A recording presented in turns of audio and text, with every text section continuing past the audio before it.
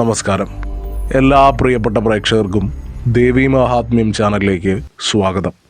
സൂര്യൻ്റെ മേടരാശി സംക്രമം അടിസ്ഥാനമാക്കി ഗണിച്ചിട്ടുള്ള വിഷു സംക്രമ ഫലമാണ് നമ്മൾ ഈ വീഡിയോയിലൂടെ പരിശോധിക്കുവാൻ പോകുന്നത്. അശ്വതി മുതൽ ആയില്യം വരെയുള്ള ആദ്യത്തെ 9 നക്ഷത്രങ്ങളുടെ ഫലങ്ങൾ നമ്മൾ മുൻപൊരു വീഡിയോയായി ചെയ്തിട്ടുണ്ട്. അത് കാണാത്തവർക്ക് വേണ്ടി അതിൻ്റെ ലിങ്ക് ഡിസ്ക്രിപ്ഷൻ ബോക്സിൽ നൽകുന്നതായിരിക്കും.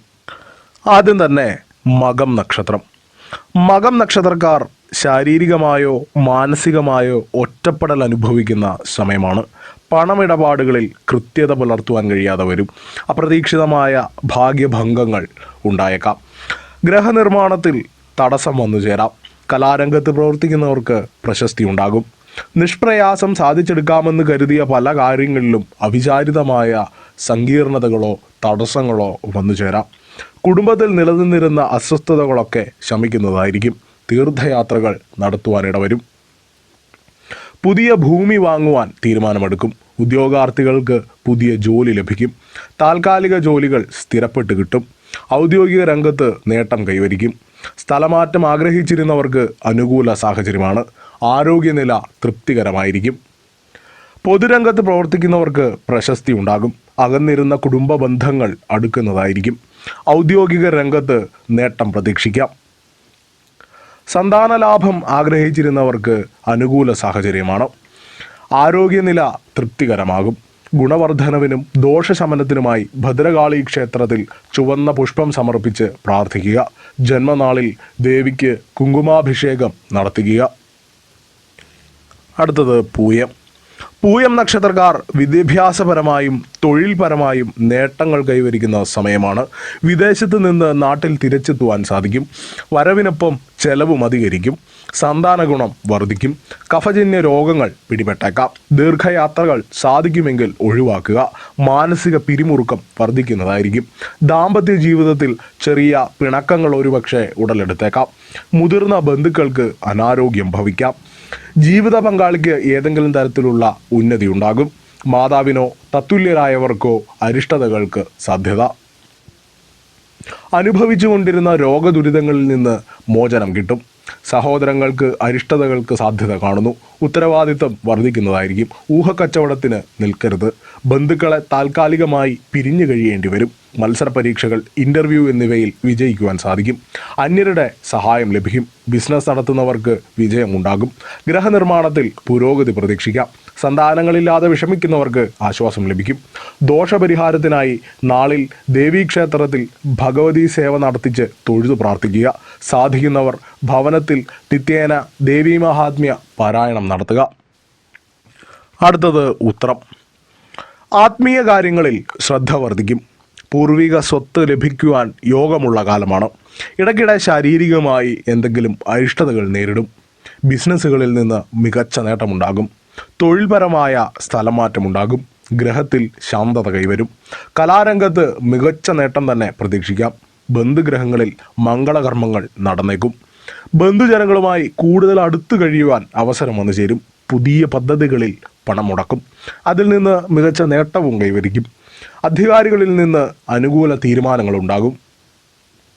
ദാമ്പത്യ ജീവിതത്തിൽ നിലനിന്നിരുന്ന അസ്വസ്ഥതകളൊക്കെ ശമിക്കുന്നതായിരിക്കും. ഭവന നിർമ്മാണം പൂർത്തീകരിക്കുവാൻ സാധിക്കും. ഉദര സംബന്ധമായ അസുഖങ്ങൾ പിടിപെടാൻ സാധ്യത കാണുന്നു. സർക്കാരിൽ നിന്നുള്ള ആനുകൂല്യങ്ങളൊക്കെ ലഭിക്കും. ദോഷശമനത്തിനും ഗുണവർദ്ധനവിനുമായി മഹാവിഷ്ണു ഭജനം നടത്തുക. വ്യാഴാഴ്ചകളിൽ വിഷ്ണു ക്ഷേത്ര ദർശനം നടത്തി പ്രാർത്ഥിക്കുക. നെയ്വിളക്ക് കൊളുത്തുന്നതും തുളസിമാല ചാർത്തിക്കുന്നതും ഉത്തമമാണ്. അടുത്തത് അത്തം. ആരോഗ്യകാര്യത്തിൽ ശ്രദ്ധിക്കുക.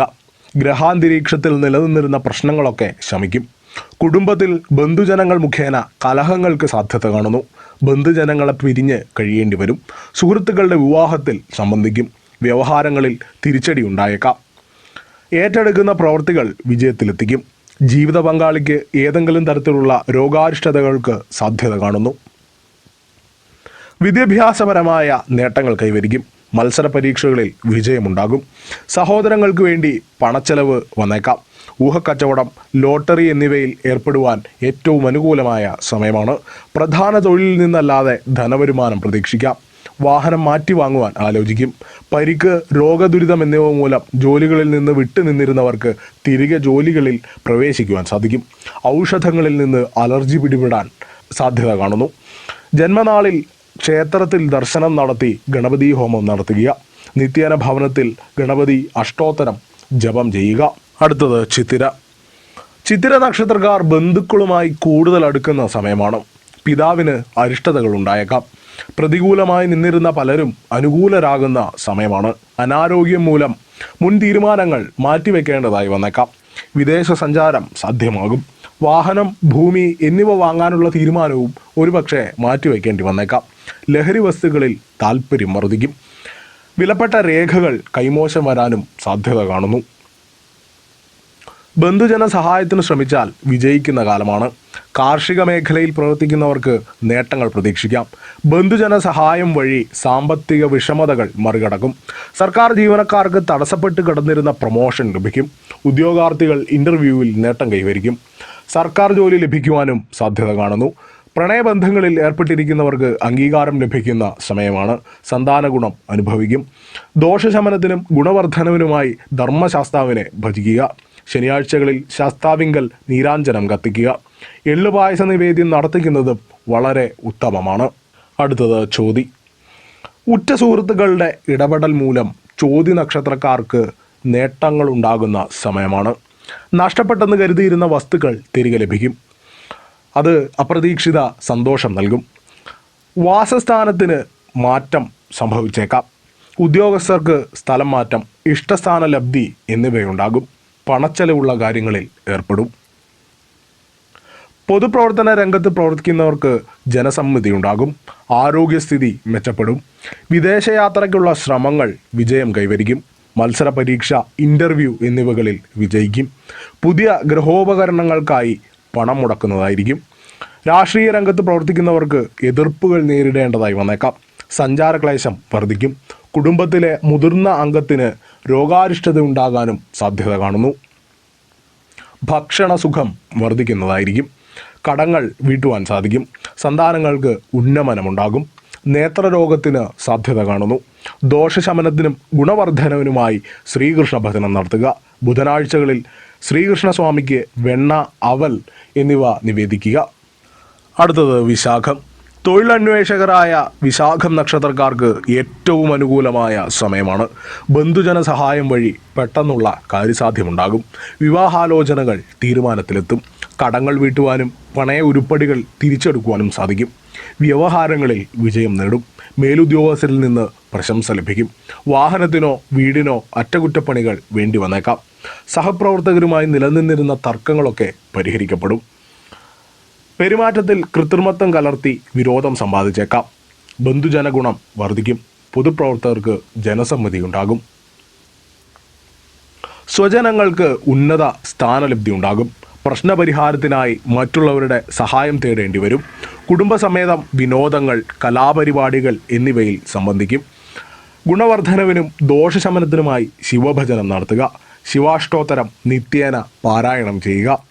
ശിവങ്കൽ എള്ളെണ്ണ വിളക്കിലൊഴിപ്പിച്ച് പ്രാർത്ഥിക്കുക.